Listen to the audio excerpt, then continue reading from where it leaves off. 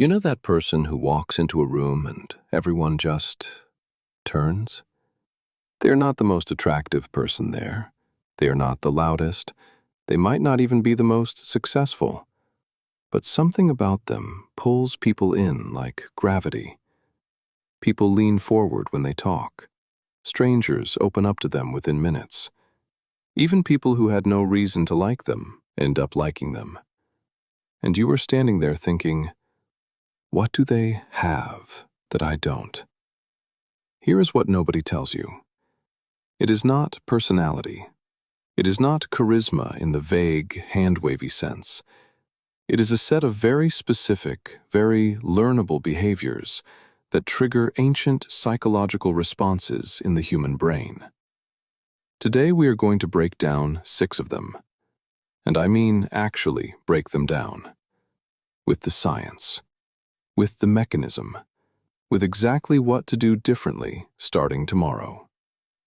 The first one is called the echo principle. Here is something most people do wrong in conversation.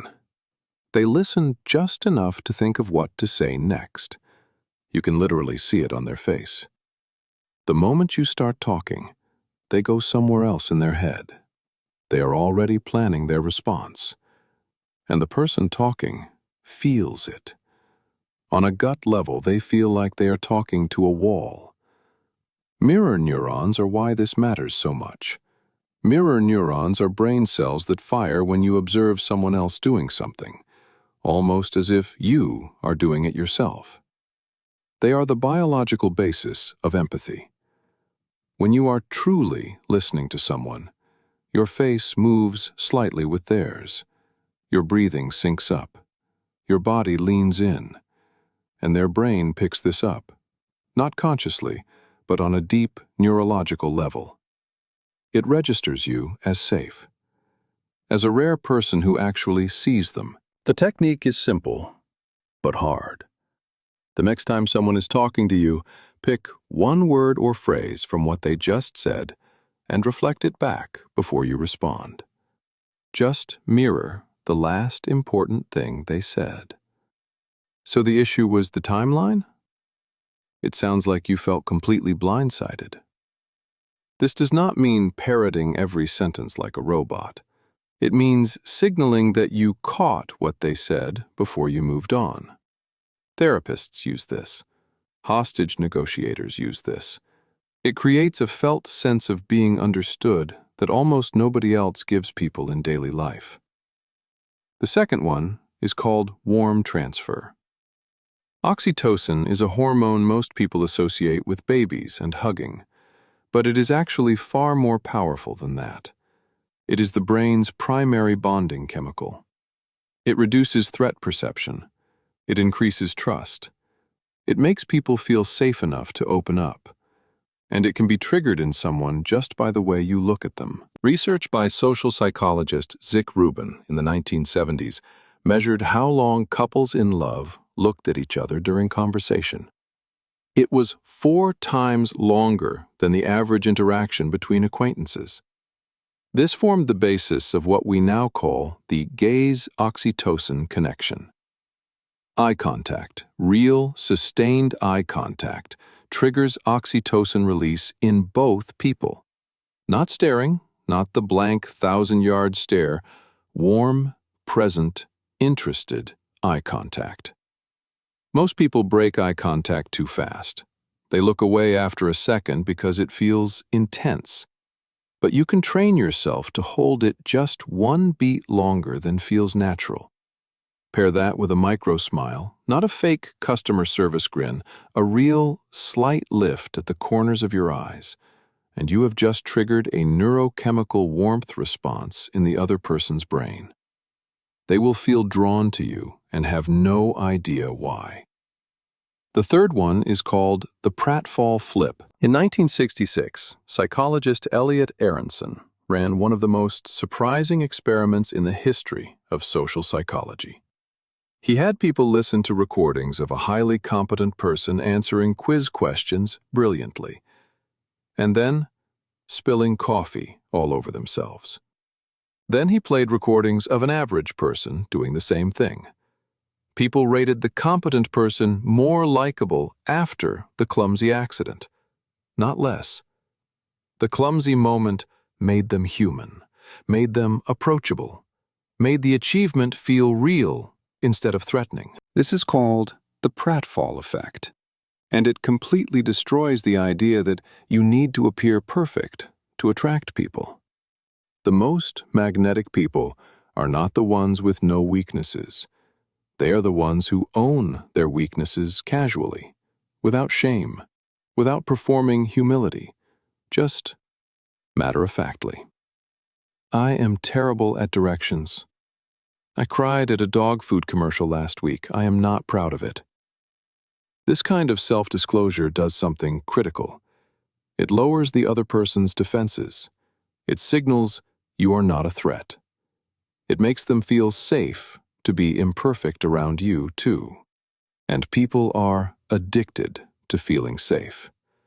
The catch is, the pratfall effect only works if you have already established some level of competence. A clumsy admission from someone who seems capable reads as charming. From someone who seems lost, it just confirms the fear. So lead with your genuine strengths. Then let a real flaw show. In that order.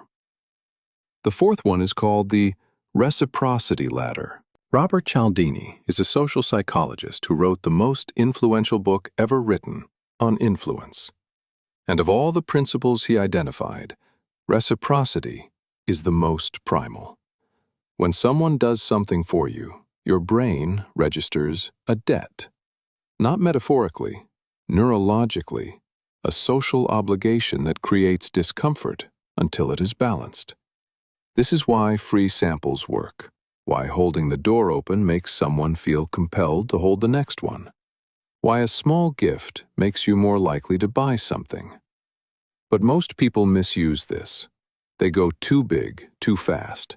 They offer huge favors, expensive things, grand gestures, and it backfires.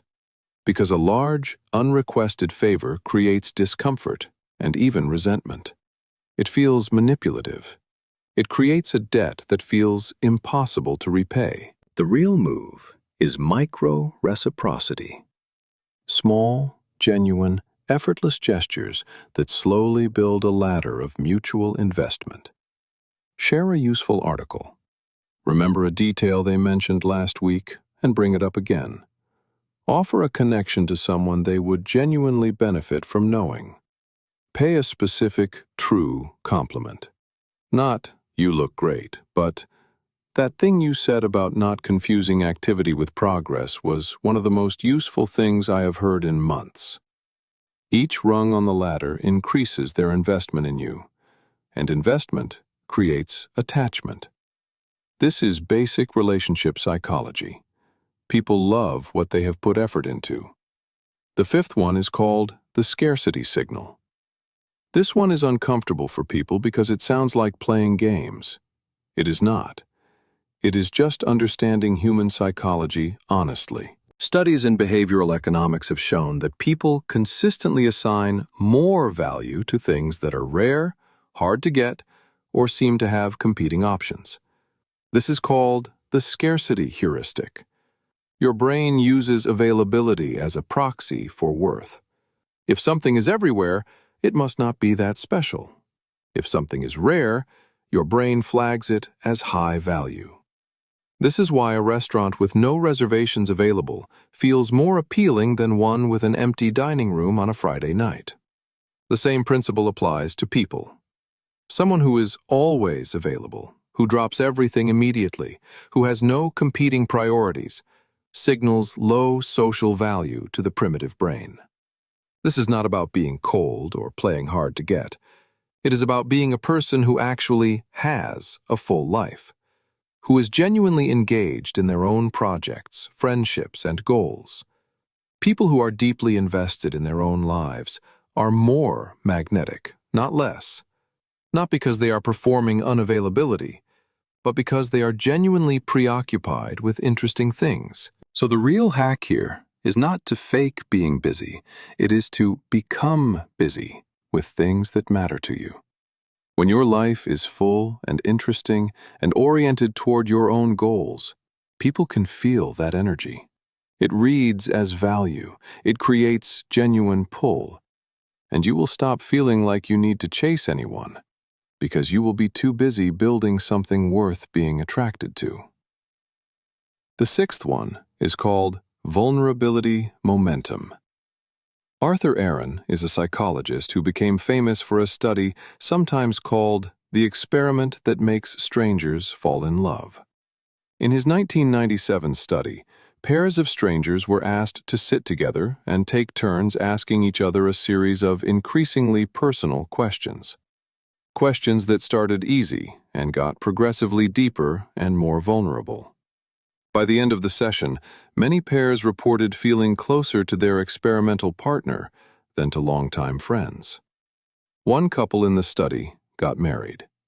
What Aron discovered is that closeness is not a product of time. It is a product of mutual vulnerability escalation. When one person opens up slightly, and the other person matches that openness and goes slightly further, a loop starts. Each round of reciprocal vulnerability builds trust faster than years of surface-level interaction. This is the mechanism behind why you can feel closer to a stranger on a long flight than to a coworker you have known for 5 years. The practical application is to be the person who moves the conversation down, not with oversharing, not with trauma dumping, but with a slightly more honest answer than people expect. When someone asks how you are, and you say, "Honestly, kind of scattered today, a lot on my mind," instead of, "Great, thanks," you are opening a door. Most people will walk through it. They will tell you something real back.